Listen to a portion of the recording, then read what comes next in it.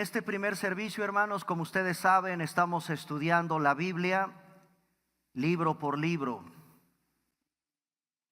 Hemos entrado en la sección epistolar. Hemos terminado con los 4 evangelios. Hemos revisado de manera muy rápida el libro de Hechos de los Apóstoles. Y el día de hoy vamos a continuar revisando algunos puntos importantes de el Monte Everest de la teología cristiana, la carta a los romanos.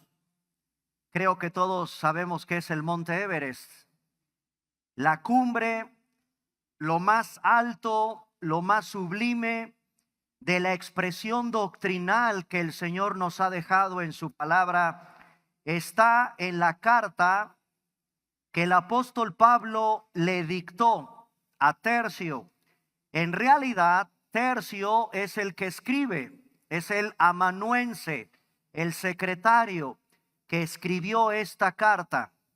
El autor, por supuesto que el autor es el apóstol Pablo.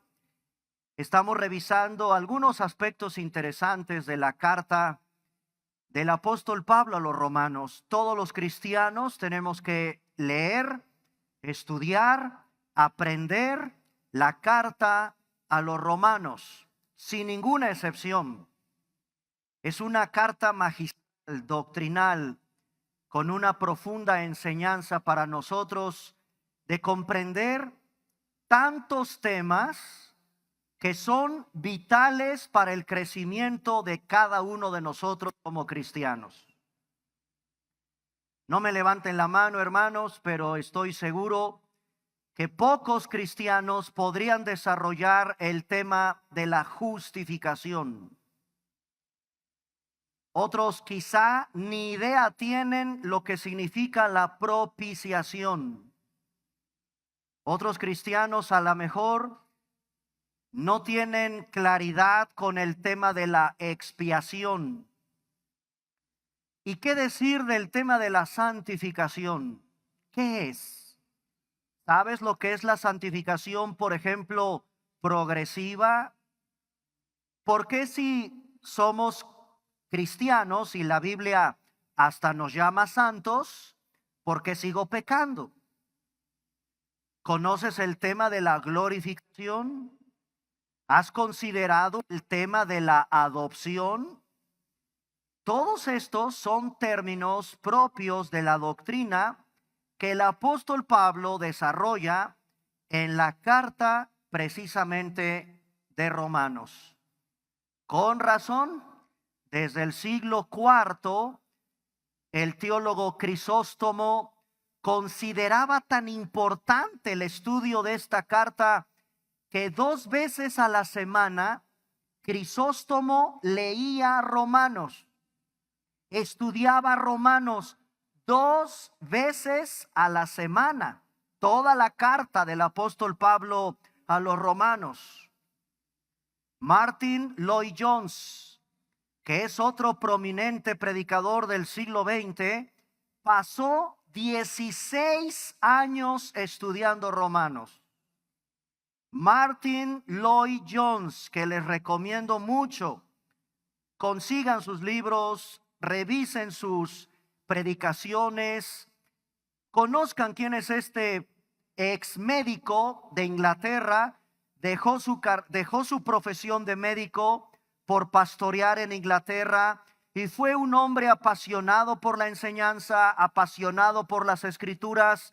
Tardó 16 años de su vida estudiando la carta de Pablo a Romanos. De hecho, él murió de un infarto cuando estaba estudiando Romanos capítulo 15. En esa época, después de 16 años de estudiar Romanos, le dio un infarto al médico pastor Lloyd-Jones y así murió, pero estudiando, leyendo, predicando. Y estaba estudiando Romanos capítulo 15. Ahí murió. 16 años de estudio constante de Romanos. Decía él, este es la carta, el escrito más profundo de las escrituras que existe. Hermanos, en verdad este es un escrito muy profundo. Por lo tanto, ahora que estamos ya en esta sección de esta serie, la Biblia libro por libro, vamos a centrar nuestra atención y continuar con lo que vimos hace una semana en el tema de esta mañana, el glorioso evangelio. Si hay un tema que rescata Pablo en Romanos es el glorioso tema del evangelio, que yo espero todos los que estamos en esta mañana conozcamos con toda precisión. Vamos a orar. Padre, gracias te damos una vez más por permitirnos estar en esta mañana reunidos para juntos conformar tu preciosa iglesia. Al mismo tiempo, agradecidos estamos, Señor, de que nos permitas abrir tu palabra y seguir conociendo la profundidad de la salvación. Este mensaje tan poderoso que toda tu iglesia debe predicar es el evangelio, lo que deben de ver nuestros ojos en una iglesia.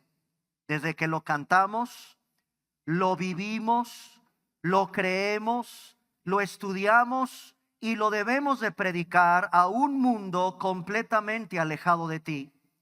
Permítenos, oh Dios, en esta mañana abrir las páginas de este libro que tu Espíritu Santo ha usado a lo largo de toda la historia para traer ese avivamiento en cada corazón, en cada familia, en cada persona que ha sido confrontado con este maravilloso tratado, en esta maravillosa carta que tiene la inspiración absoluta de tu Santo Espíritu. Gracias esta mañana por permitirnos una vez más reunirnos en este primer servicio. En el nombre de Jesús, amén. Aprovechamos para enviarte desde luego un saludo a las familias y hermanos que están siguiendo la transmisión en vivo de nuestra iglesia en este primer servicio, y vamos a retomar un poco lo que vimos hace una semana, dada la impactante opinión que se tiene en la historia de esta carta. Debe de haber sin duda un contenido profundo, majestuoso, que Dios nos ha dejado en esta carta. El tema central de Romanos está en el capítulo 1 de la carta de Pablo a Romanos, en el capítulo 1, versículos del 16 al 17. Ahí está el tema central, porque no me avergüenzo del evangelio. Todo lo que rodea a Pablo es el evangelio, su llamado a predicar, su llamado como apóstol a los gentiles, la misión que tiene para ir a pastorear las iglesias o fundar iglesias. Todo está en el centro de su vida, como tú también debes de entender que el evangelio debe de ser el centro de tu vida. No me avergüenzo del evangelio, decía Pablo, porque es poder de Dios para salvación. Poder de Dios, ¿tú te imaginas eso? Lo que contiene el evangelio, lo que implica predicar el evangelio, lo que implica vivir. El evangelio se vive. El evangelio no solo es un mensaje de esa buena nueva. El evangelio es una persona, es Cristo. Y eso lo debemos de reflejar en nuestro comportamiento y en nuestra vida diaria. Ese mensaje de salvación, esa buena nueva de salvación, es el poder de Dios, mi amigo, a todo el que cree. Yo espero que en esta mañana, tú que vienes por primera vez, tú que estás escuchando este mensaje, creas lo que implica el evangelio. Hay una única, la única buena noticia que tú deberías de recibir en esta mañana. La única, que Cristo vino al mundo a derramar su preciosa sangre en una cruz por tus pecados. Esa es la más grande noticia y la más maravillosa que tú debes de conocer. Que Cristo vino al mundo a salvarte, a perdonarte, a reconciliarse contigo. Y ese mensaje al que cree trae salvación.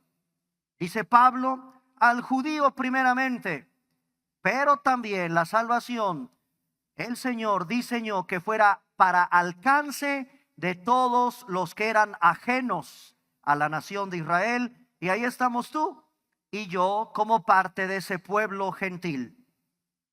Es un Dios que no tuvo un plan B, es el Dios que tuvo desde el origen el plan de redención para la raza humana, sea gentil o sea judía. Y esta es una maravillosa noticia. ¿Desde dónde está Pablo escribiendo estas magistrales palabras?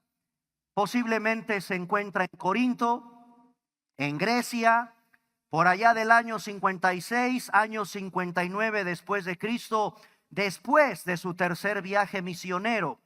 Esta carta, lo vimos hace una semana, seguramente fue enviada por una mujer, una servidora fiel, colaboradora del apóstol Pablo. Vean Romanos capítulo 16, versículo 1, donde aparece una maravillosa lista de servidores, mujeres y hombres que entienden qué es el evangelio.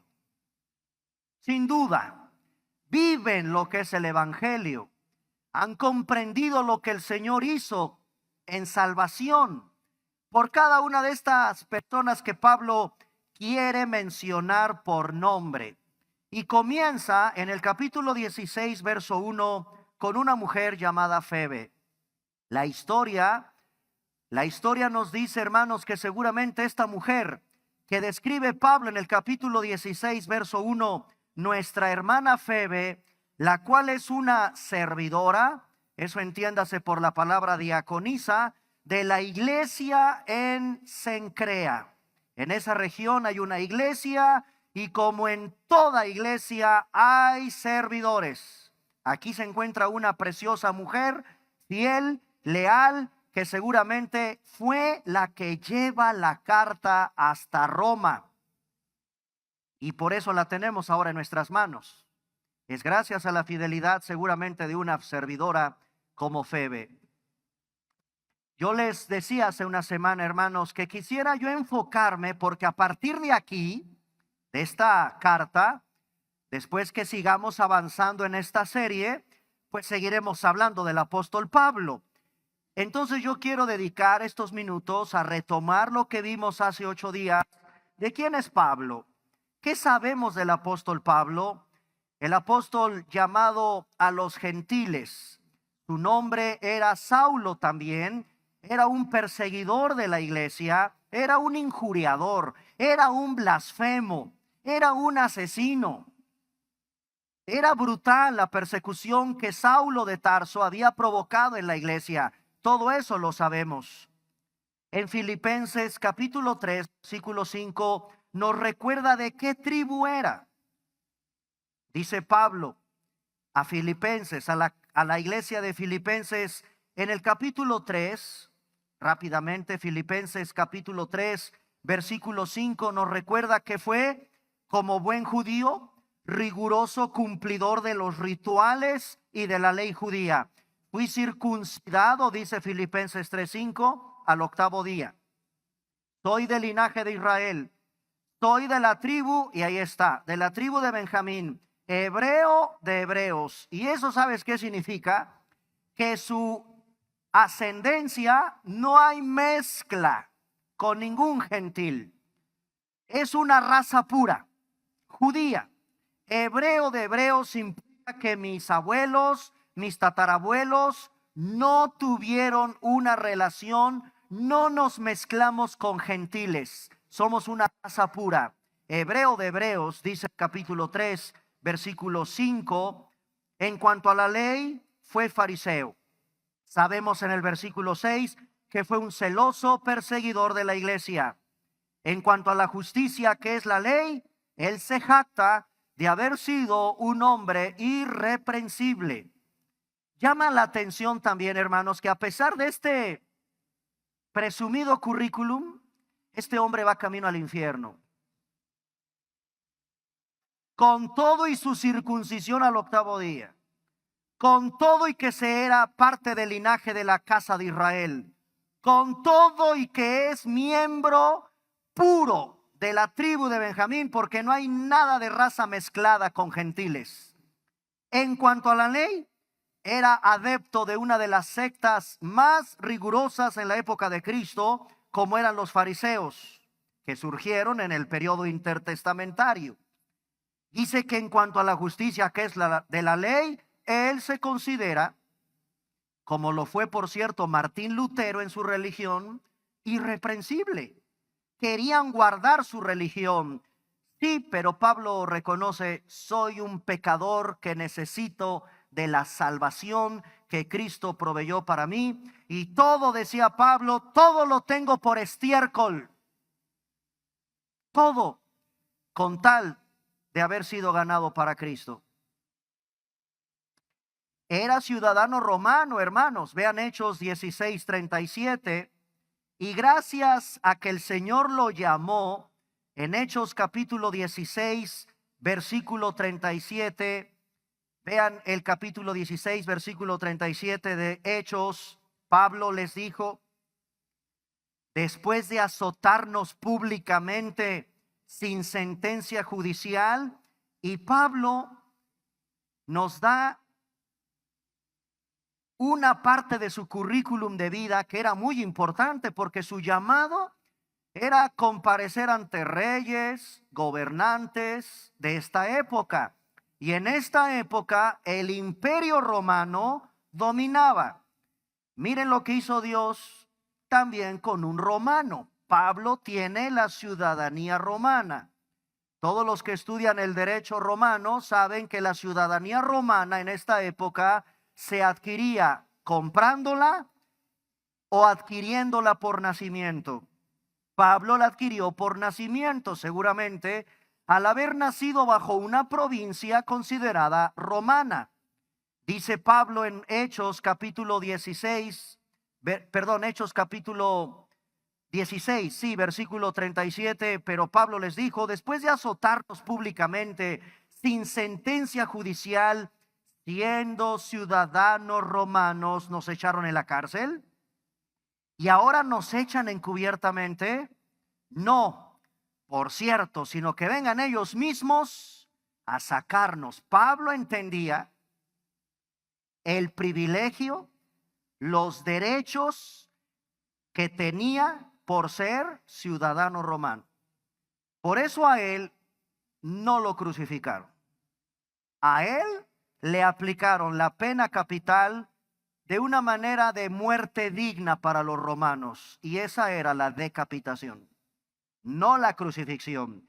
La crucifixión era una manera vergonzosa de morir, desnudos, torturados, vituperados, expuestos a las aves de rapiña. Era una muerte terrible de agonía por horas y días, si era necesario. A un romano, impensable que lo mataran así. A los romanos, a los peores romanos, se les daba muerte digna. Y la muerte digna para un romano era cortándoles la cabeza. Así murió este hombre, precisamente, entre otras cosas, por ser ciudadano romano. En Hechos capítulo 22, versículo 3, el apóstol Pablo nos dice el lugar de su nacimiento. Hechos capítulo 22, versículo 3: yo de cierto soy judío, nacido en Tarso de Cilicia, pero fui criado en esta ciudad. Y aquí nos da otra aportación interesante de quién fue su maestro. Ni más ni menos que instruido a los pies de Gamaliel, estrictamente conforme a la ley de mis padres, celoso de Dios como hoy lo sois todos vosotros. Nació en Tarso de Cilicia, fue educado, y en esta época los alumnos se sentaban efectivamente a los pies del maestro. El maestro se sienta e imparte su cátedra, imparte su enseñanza. Eso hizo Cristo, por cierto, abro un paréntesis, en el monte de las bienaventuranzas. Subió al monte, Moisés también subió a un monte, Cristo sube a un monte y estando en el monte, dice el Evangelio de Mateo capítulo 5, se sentó. Y sentado comienza con este maravilloso sermón llamado el Sermón del Monte con las bienaventuranzas. El hecho de que Cristo se siente es la postura de un rabino. Gamaliel tenía su postura sentado y todos sus discípulos a sus pies recibiendo la instrucción del maestro. Fui celoso de Dios como lo sois vosotros, les dice Pablo. Hay algo interesante también, hermanos, que quiero retomar con la vida de este hombre, que el evangelio transformó su vida. Fíjense, el currículum tan impresionante de Pablo. ¿Qué testimonio tiene? ¿Qué había logrado? Un currículum que a cualquier teólogo seguramente era aceptado en cualquier seminario teológico. No me digas que tu maestro fue Gamaliel. Oye, no me digas que eres de raza pura judía, ¿sí? No me digas que eres fariseo, no me digas. Es un currículum impresionante, pero perdido. ¿De qué te sirve en esta mañana? Yo te pregunto. ¿De qué te sirve, mi amigo, alcanzar aparentemente el pináculo de tu éxito en la vida si no has logrado entender el mensaje del poder de Dios que hay en el evangelio para salvación tuya y mía? De ahí la importancia de revisar la vida de este hombre que ahora dice: no me avergüenzo del evangelio. De un hombre crucificado con todo y tu currículum. Eres ciudadano romano, eres de la tribu de Benjamín, eres hebreo de hebreos, fuiste educado con Gamaliel y ahora predicas a un hombre desnudo, despedazado en una cruz, y dices que ahí está la salvación. Sí, no me avergüenzo. No me avergüenzo de predicar a Cristo y a este crucificado. Tengo por basura todo lo que había yo alcanzado en mi vida. Ese es el lenguaje de un cristiano que entiende el evangelio, que vive perdonado por Dios, que entiende la salvación que por gracia y por el puro afecto del amor de Dios se te ha brindado a ti y a mí estando en Cristo. Ahora, vean nada más algo impresionante que le pasó para agregarle más y más y más al currículum de este hombre. Pocos cristianos quizás, si hacemos un examen de la vida de Saulo o de Pablo, creo que todos estos detalles tenemos una idea. Sabemos un poco de Pablo, pero te quiero presentar otra faceta que muy pocos contestan en un examen sobre la biografía del apóstol y que él mismo cuenta en la carta a los Gálatas, capítulo 1, versículos del 15 al 18. Gálatas, capítulo 1, versículos del 15 al 18. Pero cuando agradó a Dios, que me apartó desde el vientre de mi madre. Estas palabras son también para ti, ¿eh? Aquí hay un cristiano. Aquí está la descripción típica de lo que precisamente en Romanos Pablo explica con lo que se conoce el ordo salutis en latín. ¿Y qué es eso? El orden de nuestra salvación. Vean cómo el Espíritu Santo nos va mostrando cómo fue la salvación de Pablo, y es exactamente lo que pasó contigo y conmigo. Vean Gálatas 1:15. Pero cuando agradó a Dios, sí, así se contesta. El Señor se agradó de mí a pesar de que yo iba camino al infierno. No merecía su favor, su perdón. Yo era indigno. Me alcanzó por su gracia. Y vean las palabras: cuando le agradó a Dios, me apartó desde el vientre de mi madre. Me llamó. Ahí está el ordo salutis, ese llamado que hace el Señor para los que Él ha destinado para salvación. Me llamó por su gracia. ¿Qué hizo este hombre? No, no le importa a Dios su brillante currículum, hermanos, ni tampoco el tuyo. Fue que a Dios le agradó. ¿Y desde cuándo? Aquí Pablo habla de su llamado que fue apartado desde el vientre de su madre. Y yo me voy más allá. Desde antes de la fundación del mundo. Desde antes que tus padres nacieran, ni siquiera Adán y Eva existían. Dios ya tenía ese plan de salvación para ti. Ya sé, no me van a entender, ni lo traten de entender, porque eso no se puede entender de este lado de la eternidad. ¿Cómo es posible que desde antes de que el mundo fuese, Dios me escogió? No hay mente humana capaz de comprender eso. Dice la Biblia: pero cuando agradó Dios, que me apartó desde el vientre de mi madre y me llamó por su gracia, revelar a su Hijo en mí, para que yo le predicase entre los gentiles. ¿Qué va a predicar este hombre? El evangelio. No consulté enseguida con carne y sangre, es decir, nadie lo instruyó. A Dios Gamaliel, se acabó esa época, ahora la instrucción la recibe directamente del Señor. No subió a Jerusalén con los que estaban los apóstoles antes que yo y se fue. A ver, vean a dónde se fue este hombre. A Arabia. Y volví de nuevo a Damasco. Después de 3 años. Es un misterio. Nadie sabe lo que pasó durante esa estancia de 3 años. Una vez que Dios, Jesucristo se le presentó, ahí va muy valentón, muy aguerrido, queriendo perseguir cristianos. Tiene su encuentro con Cristo, se queda ciego. Ahí va Ananías, lo sana. Y no lanzó su ministerio luego. No se desesperó. Humildemente este hombre no consultó con nadie. Simplemente el Señor lo lleva a Arabia. Y después de 3 años, ahora sí, después de 3 años, regresó a Jerusalén, se encontró con Pedro, permaneció con Pedro 15 días.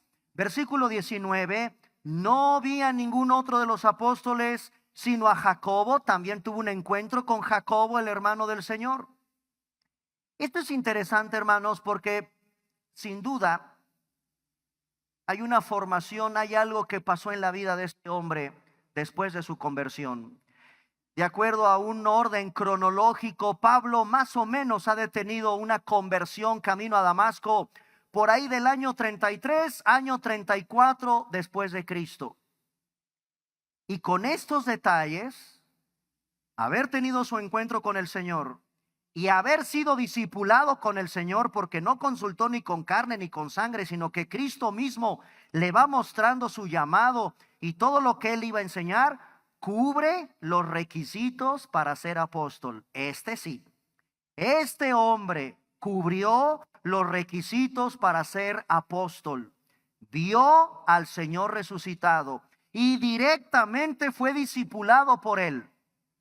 Por eso él dice: soy el último de los apóstoles y ni siquiera soy digno de ser llamado así. Pero sí cubrió los requisitos que ya había establecido el Señor en su palabra para haber sido apóstol. Muy bien. Un poquito de historia es que, ¿saben? Después este hombre regresó a Tarso. ¿Saben quién fue por él? ¿Saben quién lo acercó también con los apóstoles? Bernabé. Fue por él. Muy bien, vamos ahora a Romanos capítulo 1, versículos del 2 al 4. Hemos platicado un poco de datos biográficos de este hombre. Y en Romanos capítulo 1, versículos del 2 al 4, vamos desde el 1 otra vez, versículo 1, Romanos 1:1. Pablo, doulos, les expliqué que el doulos es un esclavo que trabaja por amor sin sueldo. Pablo, doulos. ¿Quién es un doulos? Siervo.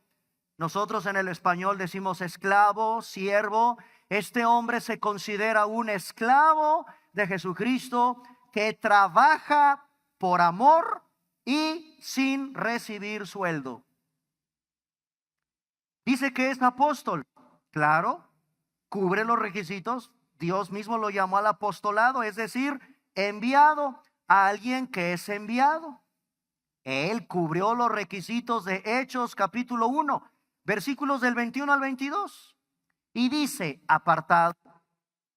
¿Apartado para qué? Todo en la vida de este hombre es el evangelio. Y no es la excepción contigo. Fue apartado, es decir, elegido para el evangelio de Dios, que él había prometido antes por sus profetas en las santas escrituras. Sí, hermanos, Dios eligió a un ex injuriador, ex blasfemo, ex perseguidor de la iglesia. Tiene un llamado para ir como tú también. O sea, lo que quiero decirles con todo esto, hermanos, es que no estamos tan lejanos del apóstol Pablo. No lo vean como un hombre intocable. Uy, no, nadie puede hacerme. No, espérame tantito. También tú eres un siervo. También tú fuiste llamada o llamado. También tú fuiste apartada para el evangelio. También tú debes de entender que ese evangelio Dios lo había prometido desde antes en el Antiguo Testamento. En su llamado es un hermano nuestro y nos lo vamos a encontrar en la eternidad. Va a ser muy interesante platicar con este hombre. Es nuestro hermano Pablo, un hombre de carne y de hueso, escogido, llamado, elegido como tú y como yo. ¿Para qué? Para predicar para el evangelio de la gracia de Dios. Hermanos en Cristo, es impresionante cómo Pablo en Romanos 1 del 2 al 4 nos habla de que este es un evangelio previamente prometido.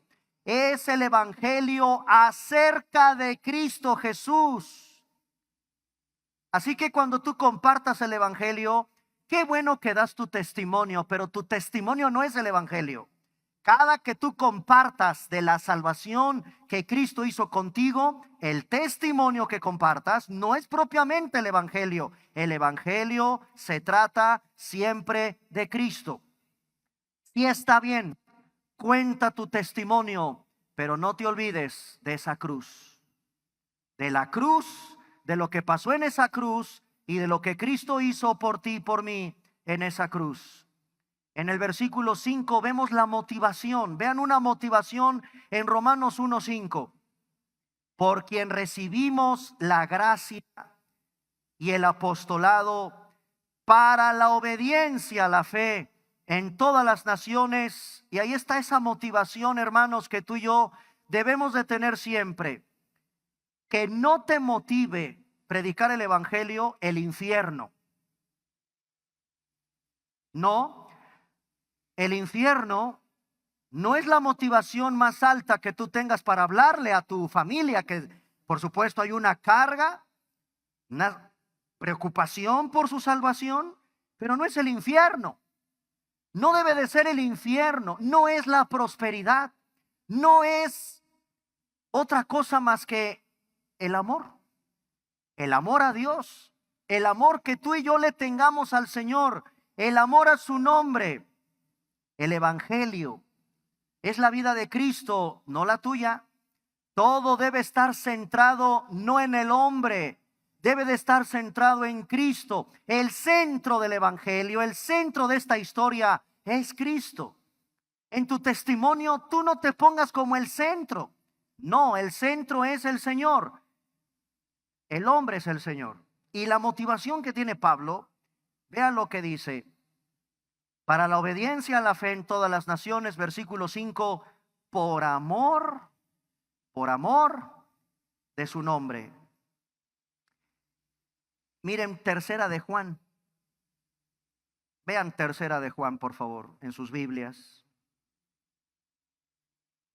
Tercera carta de Juan, de las más cortitas, pequeñitas cartas de todo el Nuevo Testamento. Ya le dedicaremos cuando, si Dios permite, lleguemos ahí. Vean el versículo 7. Versículo 7 de tercera de Juan. Porque ellos salieron por amor del nombre de Él, sin aceptar nada de los gentiles. Hermanos, eso es lo que te tiene que motivar todos los días para compartir, para hablar, para vivir de manera piadosa. ¿Qué motivación tienes en esta mañana? Todos ellos salieron por amor del nombre de Él, sin aceptar nada de los gentiles. ¿Tendremos esa motivación todos los días de nuestra vida? ¿Es por amor al Señor que tú estás aquí? ¿O te obligaron a venir? ¿Es tu motivación porque amas a Dios, el que compartes el evangelio, te discipulas, formas parte de tu iglesia local? ¿Qué motivación tienes? La motivación que tiene este hombre es por amor a Dios. Y claro, después de entender cómo el Señor lo rescató, cómo no iba a dedicar su vida para amarlo y servirlo desinteresadamente. Esa es la actitud de todo cristiano. ¿Quiénes son los destinatarios de Romanos? Vean, por favor, en la carta del apóstol Pablo, Romanos capítulo 1, versículo 7. Los destinatarios de esta carta, y precioso como Pablo dice, ¿quiénes son los destinatarios de esta carta? Todos los que estáis en Roma. O sea, ¿y quiénes son esos que están en Roma? Los amados, aquí en Cuernavaca, como en Roma, como en Grecia, como en Italia, como en Estados Unidos, como en Turquía, están los amados de Dios, llamados a ser santos. Ahí está la razón por la cual Cristo te salvó. La razón por la cual el Señor fue a la cruz fue para que tú y yo seamos santos, nos parezcamos a Él. A todos los que estáis en Roma, amados de Dios, llamados a ser santos. Ese es el objetivo de nuestra salvación. Y termina con esta típica oración griega hebrea: gracia, charis, paz, shalom. Yo no sé si ustedes sabían, pero en las salutaciones que Pablo da cuando dice gracia y paz, es un saludo que combina el griego con el hebreo. La gracia de Dios sobre ti y la paz de Dios sobre ti. La gracia viene del griego charis y la palabra paz viene del hebreo shalom. Es el constante saludo que vamos a revisar en las cartas del apóstol Pablo, combinando esta salutación entre el griego y el hebreo, y por supuesto cada una con una explicación preciosa de por qué saluda de esa manera el apóstol Pablo. En el capítulo 1, versículo 8, en esta parte introductoria de esta carta dice: primeramente doy gracias a mi Dios mediante Jesucristo con respecto a todos vosotros. Hermanos, ¿no lo conoce? Pablo no fundó la iglesia de Roma. Pablo no conoce a los cristianos de Roma. Y ya vieron que dice: le doy gracias a mi Dios mediante Jesucristo con respecto a todos ustedes, que vuestra fe se divulga por todo el mundo. ¿Saben por qué saluda? ¿Por qué le da gracias a Dios? Porque Pablo entiende, hermanos, que hay que darle gracias a Dios por la iglesia. Pablo entiende algo. Aquí yo no veo, a diferencia en Corinto, por ejemplo, en Corinto hay un desorden. En Corinto hay una iglesia problemática. Pero ¿saben qué? También Pablo da gracias a Dios por Corinto. ¿Sabes cuál es la única carta que está así bien enojado y no manda ni siquiera gracias a Dios por esa iglesia en Gálatas. Ya llegaremos al estudio de Gálatas. ¿Por qué está tan enojado Pablo? ¿Y sabes qué lo hizo enojar? No predicaban un evangelio bíblico. Eso sí, si todo en la vida de Pablo es el evangelio, el evangelio, el evangelio, imagínate lo que provocó en un celo para él encontrar en una iglesia que se atrevan a predicar un evangelio diferente. Está enojado, está irritado y no le da gracias a Dios de que se atrevan a predicar un evangelio diferente. Es la única carta en todo el Nuevo Testamento donde Pablo no da gracias. En Corinto, a pesar de sus chismes, a pesar de sus divisiones, a pesar de la murmuración y de sus cosas que había ahí, con el abuso de la cena del Señor, con el pecado de inmoralidad sexual que hay ahí, aún así, gracias a Dios por vosotros. Y en Roma no es la excepción. Pablo entiende, hermanos, que hay que darle gracias al Señor de que todavía aquí en la tierra exista la iglesia, porque la iglesia le pertenece a Dios. No tiene dueño en la tierra. Ningún ser humano en la tierra puede decir, este edificio es mío. Ninguno. La iglesia es del Señor. Él es el dueño de su obra. Y por eso Pablo lo está entendiendo. Doy gracias a mi Dios mediante Jesucristo con respecto a todos vosotros, y no los conoce, que vuestra fe se divulga por todo el mundo. Ahora vean a partir del versículo 9 una serie de palabras selectas que quiero llamar la atención de cada una de ustedes. Testigo me es Dios. Estas son palabras muy solemnes. Aquí hay una sección de palabras muy selectas que enfatiza que su servicio es para Dios. Y vean, testigo es ni más ni menos que Dios mismo, a quien sirvo en mi espíritu. Y claro, todo es el glorioso evangelio. A quien sirve en mi espíritu en el evangelio de su Hijo, de quien sin cesar hago mención de vosotros en mis oraciones. Vean aquí, sirvo en mi espíritu, es decir, no solo con mis manos me pongo a ayudarles, sino mi disposición de obedecer y doblegar mi voluntad a lo que Dios diga. Hermanos en Cristo, un cristiano sirve con sus manos, cargando cajas, montando lonas, agarrando una escoba, acomodando cables, tocando un instrumento, usando un micrófono, atendiendo niños, sirviendo un café. Gloria a Dios por las manos, el talento y los dones que entregó el Señor. Para eso son, para su iglesia, pero también servimos en el espíritu. Es decir, mi disposición de obediencia doblegada al dueño de la iglesia. Sirvo en mi espíritu. Es un siervo que predica el evangelio y Dios es testigo de su servicio. Lo invoca, lo llama su testigo.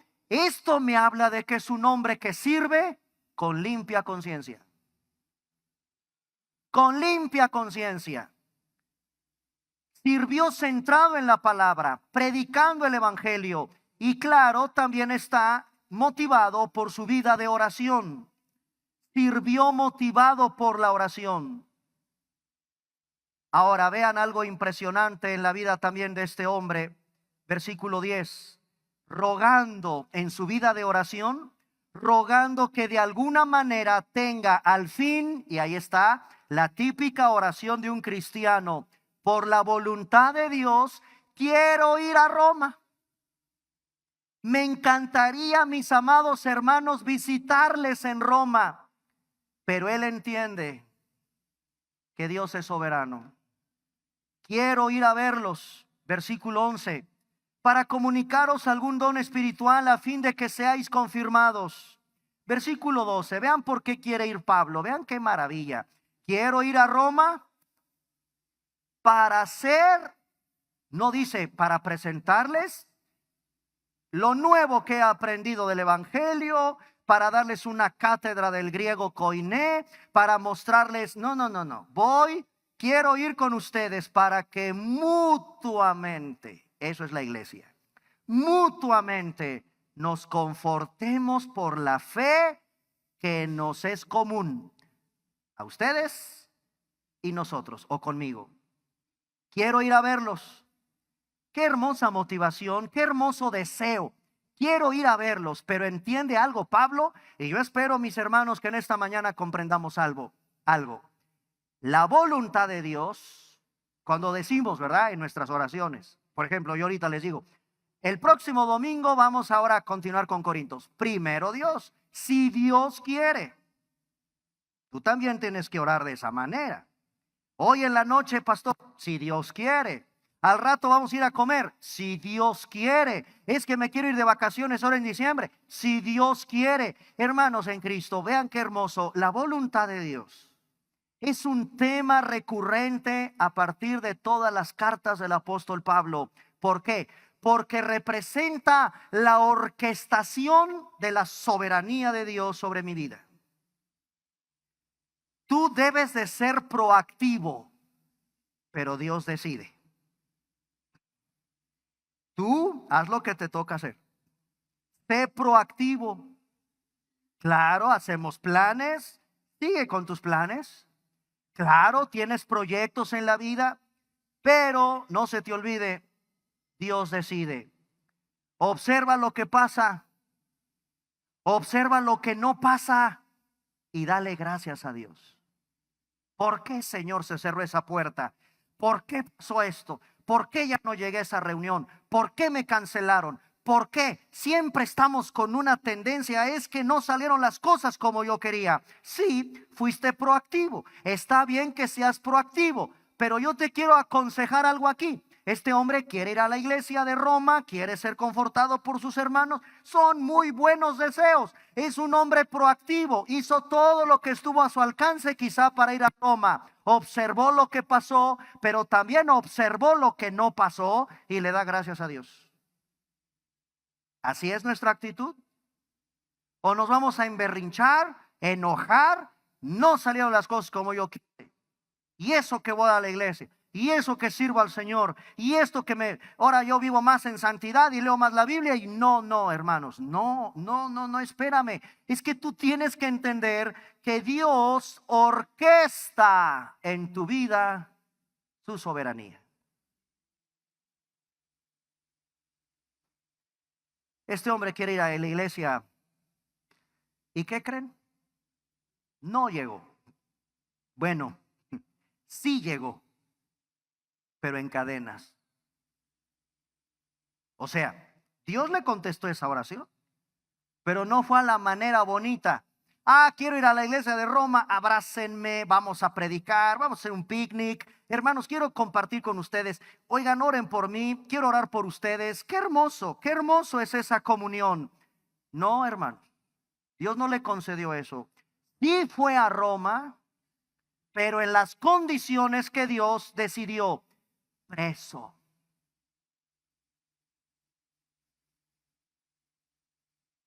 Dios orquesta su soberanía en tu vida. Y Él determinó que Pablo sí fuera a Roma. ¿Y saben qué logró ese arresto, esa condición de arresto para ir a Roma? Que le predicó a los centuriones, a los capitanes de la guardia que lo iban custodiando. Vean lo que hace Dios de maravilla. Le predicó, les compartió a los soldados, a los tribunos del imperio.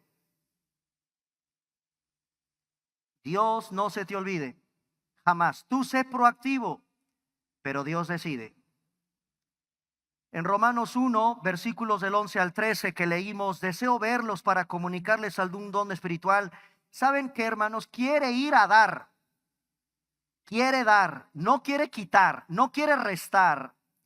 Es un hermano nuestro, igual que los demás en la iglesia, y Pablo necesita de las oraciones de sus hermanos, como tú también, y yo también.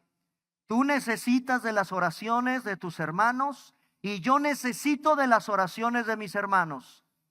Es un hombre que quiere ir a dar, no quitar, no restar. Él es un hombre igual que los demás, necesitado en su vida de sus hermanos en la iglesia. Todo eso lo provoca el Evangelio. Capítulo 1, versículos del 14 al 15.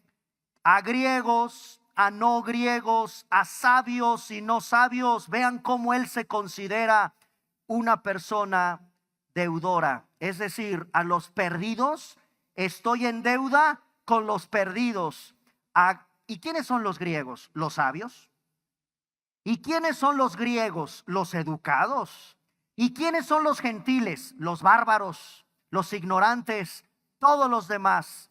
Pablo se ve endeudado para compartir el evangelio a incrédulos, a gente culta, gente del vulgo, gente ignorante, como también ir a lo más encopetado de su ciudadanía o de su pueblo o de los pueblos de esa época.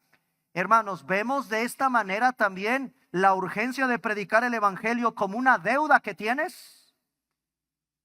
Tenemos una deuda con las personas de allá afuera que necesitan conocer del mensaje de salvación que hay en Cristo Jesús. Y entonces llegamos al capítulo 1, versículos del 16 al 17, donde está el tema central de esta carta, donde Pablo, recordamos, dice: no me avergüenzo del evangelio, es poder de Dios para salvación a todo aquel que cree, judío primero, pero también al griego. Hermanos, ya para terminar, ¿qué tanto conocemos del evangelio? A mí siempre me va a importar como pastor que ustedes como iglesia estudien, repasen, aprendan todo lo que es el evangelio. Vean Marcos 1:14 para ir terminando. Marcos 1:14. Hermanos, el evangelio es de Dios. Dice Marcos 1:14: después que Juan fue encarcelado, Jesús vino a Galilea predicando el evangelio del reino de Dios. Eso lo tenemos que predicar tú y yo. Es el evangelio del reino de Dios. En Hechos 20:24, vean cómo ahora Lucas, el médico Lucas que escribe Hechos, dice del evangelio en el capítulo 20, versículo 24. Hechos 20:24. Pero de ninguna cosa, dice Hechos 20:24, pero de ninguna cosa hago caso, ni estimo preciosa mi vida para mí mismo, con tal que acabe mi carrera con gozo y el ministerio que recibí del Señor Jesús, para dar testimonio. Ahora vean cómo se refiere al evangelio. Es el evangelio de la gracia de Dios. Segunda de Corintios 4:4. Segunda carta de Pablo a los Corintios, capítulo 4, versículo 4, dice la Biblia: en los cuales el Dios de este siglo cegó el entendimiento de los incrédulos, para que no le resplandezca. Ahora vean cómo la Biblia refiere: la luz del evangelio de la gloria de Cristo, el cual es la imagen de Dios. Es el evangelio de la gloria de Cristo. Y ya vieron ahí hay una pequeña explicación de por qué no creen. Cegados de su entendimiento.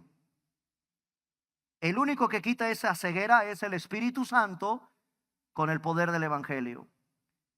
Efesios 6:15.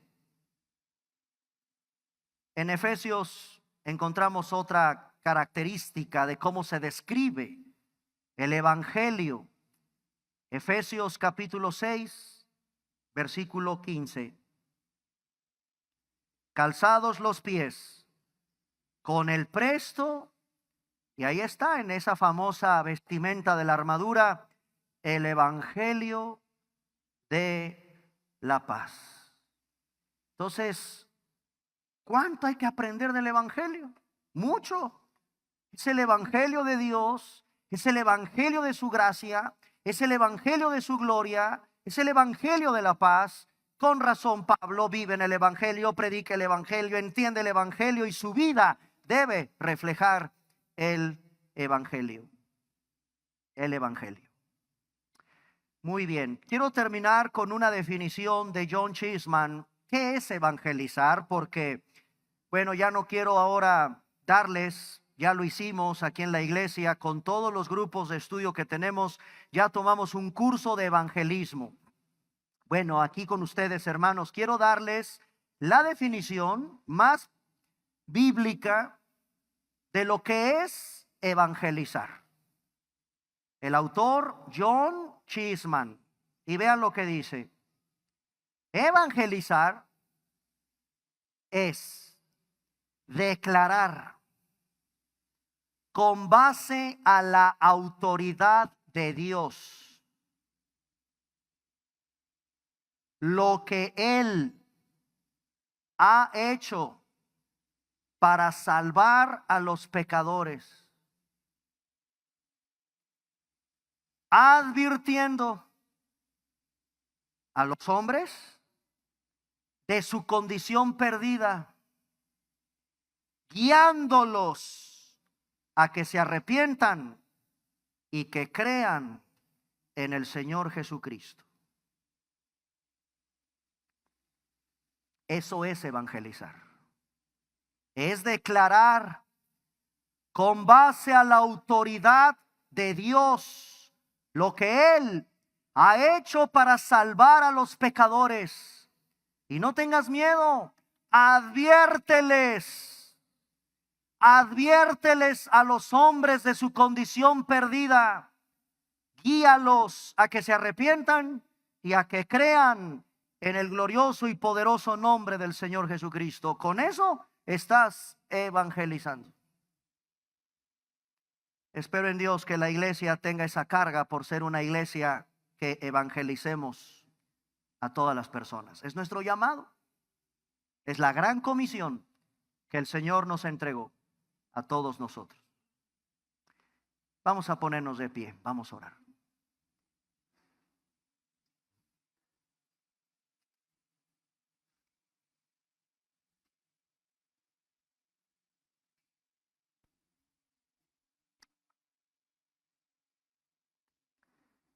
Padre, gracias esta hermosa mañana.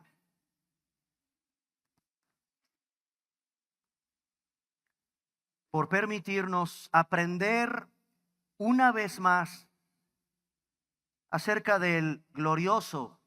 Lo leímos en tu palabra. El evangelio es la gloria. Esto es de tu gloria, Señor. El evangelio de la gloria de Cristo. Ese mensaje de salvación, de paz. Es el mensaje de salvación de tu gracia. Es un mensaje que proviene de ti. Padre, que cada persona que escucha este mensaje, tu Espíritu Santo, que es el que convence, que es el que nos guía al arrepentimiento, haga esa preciosa obra en cada uno de los que necesitan conocer de ti. Como iglesia, Señor, danos esa pasión por las almas. Así como Pablo anhelaba ese fruto, de alguna manera nosotros también anhelar ese fruto de esas almas. Envías a tu iglesia, nos envías a cada uno de nosotros a declarar con base a tu autoridad lo que tú hiciste para salvar a los pecadores. Mi amigo, mi amiga, en esta mañana ven a Cristo. Arrepiéntete de tus pecados y cree. Sin Jesús, sin su sangre, estamos perdidos en la condenación de nuestros pecados.